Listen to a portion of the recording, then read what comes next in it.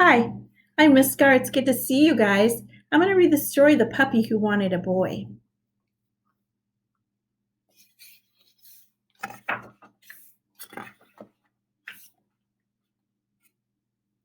One day, Petey, who was a puppy, said to his mother, who was a dog, "I'd like a boy for Christmas."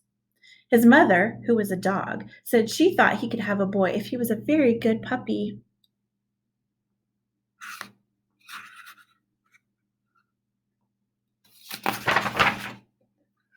So the day before Christmas, Petey's mother asked, "Have you been a very good puppy?" "Oh, yes," said Petey. "I didn't frighten the cat." "You didn't?" asked Petey's mother. "Well, I just frightened her a little," said Petey, "and I didn't chew on any shoes." "Not any?" said his mother. "Just a teeny weeny chew," said Petey, "and I remember, well, almost always remembered, to bark when I wanted to go out." "All right," said his mother. "I think you've been good for such a little dog. I will go out and get you a boy for Christmas."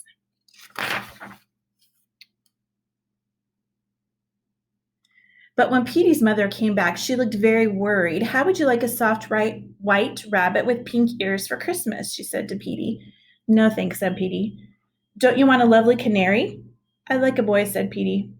"How about some guppies?" said Petey's mother. "I just want a boy," said Petey.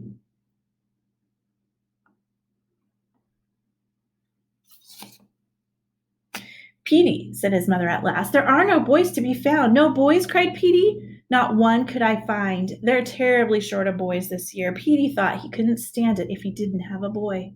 Finally, his mother said, "There now, there must be a boy somewhere. Perhaps you can find some dog who would give his boy away." "Do you think I could?" asked Petey. "It wouldn't hurt to try," said his mother. So Petey started off. It wasn't long before he saw a collie racing with a boy on a bicycle. Petey trembled with joy.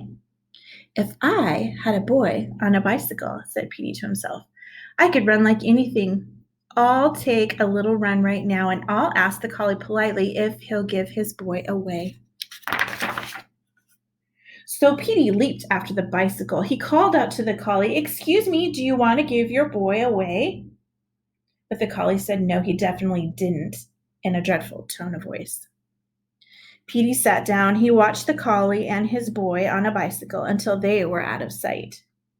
"I didn't really want a boy on a bicycle anyway," said Petey. After a while, he saw a setter playing ball with a boy. Petey was delighted. "If I had a boy to play ball with," said Petey, "I'd catch the ball smack in my mouth. I'd like to catch the ball now." But he remembered how cross the collie had been, so he sat down on the sidewalk and called out politely, "Excuse me, do you want to give your boy away?" But the setter said no, he definitely didn't, in a terrifying tone of voice. "Oh, well," said Petey, trotting off. "I don't think playing ball is so much fun."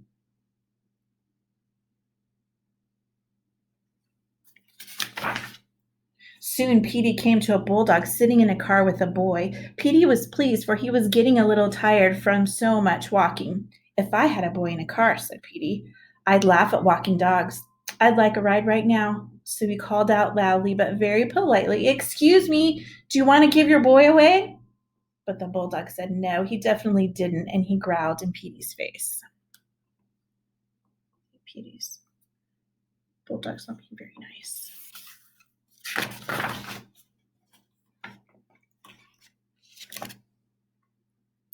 "Uh-oh," said Petey.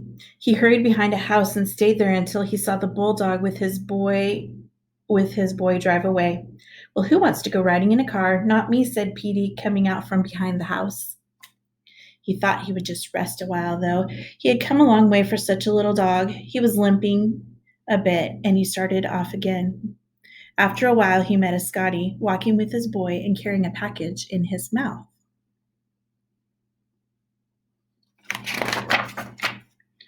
"Now that is a good kind of boy," said Petey. "If I had a boy to take walks with and carry packages for, there might be some dog biscuits or cookies in the package. I would like a cookie right now." He hadn't had any lunch, but he remembered how cross the collie and the setter and the bulldog had been, so he stayed across the street and shouted at the top of his lungs, but polite as he could be, "Excuse me, do you want to give your boy away?" The Scotty had his mouth full with the package, but he managed to say no, he definitely didn't, and he showed his sharp teeth to Petey.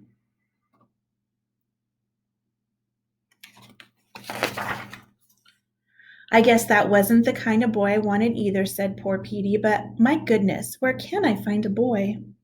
Well, Petey trotted on, but he couldn't find a single dog who would give his boy away. Petey's ears began to droop, his tail grew limp, his little legs were very tired. My mother was right, he thought. There isn't a boy to be found. Just as it was getting dark, he came to a large building on the very edge of town. Petey was walking by slowly when he saw a sign, "Home for Boys." See that sign? Home for Boys.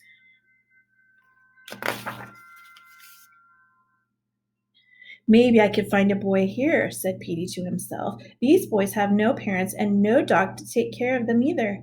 He padded slowly up the walk of the home. He was so tired he could hardly lift his little paws. Then Petey stopped. He listened. He could hear music. He looked through the window. He saw a lighted Christmas tree and children singing songs or singing carols. You see that lighted Christmas tree right there.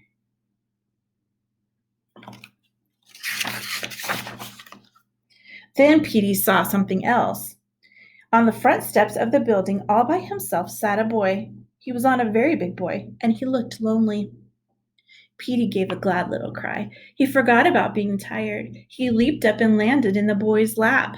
Sniff, sniff went Petey's little nose. Wag, wag went Petey's tail. He kissed the little boy with his warm, wet tongue. How glad the boy was to see Petey. He put both his arms around the little dog and hugged him tight. When the front door opened and a lady looked out, "Why, here you are, Ricky," she said. "What is our newest boy doing out here all alone? Come on in and sit near the Christmas tree." Petey sat very still. The boy sat still. The boy looked up at the lady and down at Petey, and Petey began to tremble. Would the boy go in and leave him? "I'm not alone," said the boy. "I've got a puppy." "A puppy?" The lady came out and looked at Petey in surprise. "Can he come too?" said the boy. "Why," said the lady, "you're a nice little dog. Wherever did you come from?" "Yes, bring him in."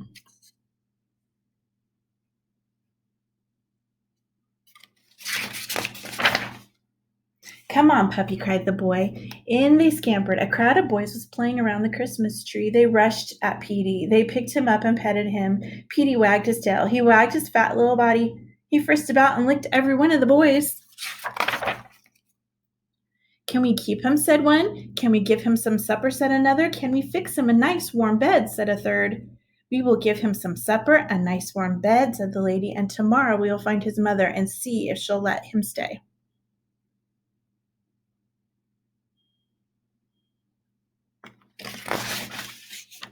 Petey knew his mother would let him stay. She knew how much he wanted a boy. "But won't she be surprised," said Petey to himself, with a happy little grin, "when I tell her I got 50 boys for Christmas."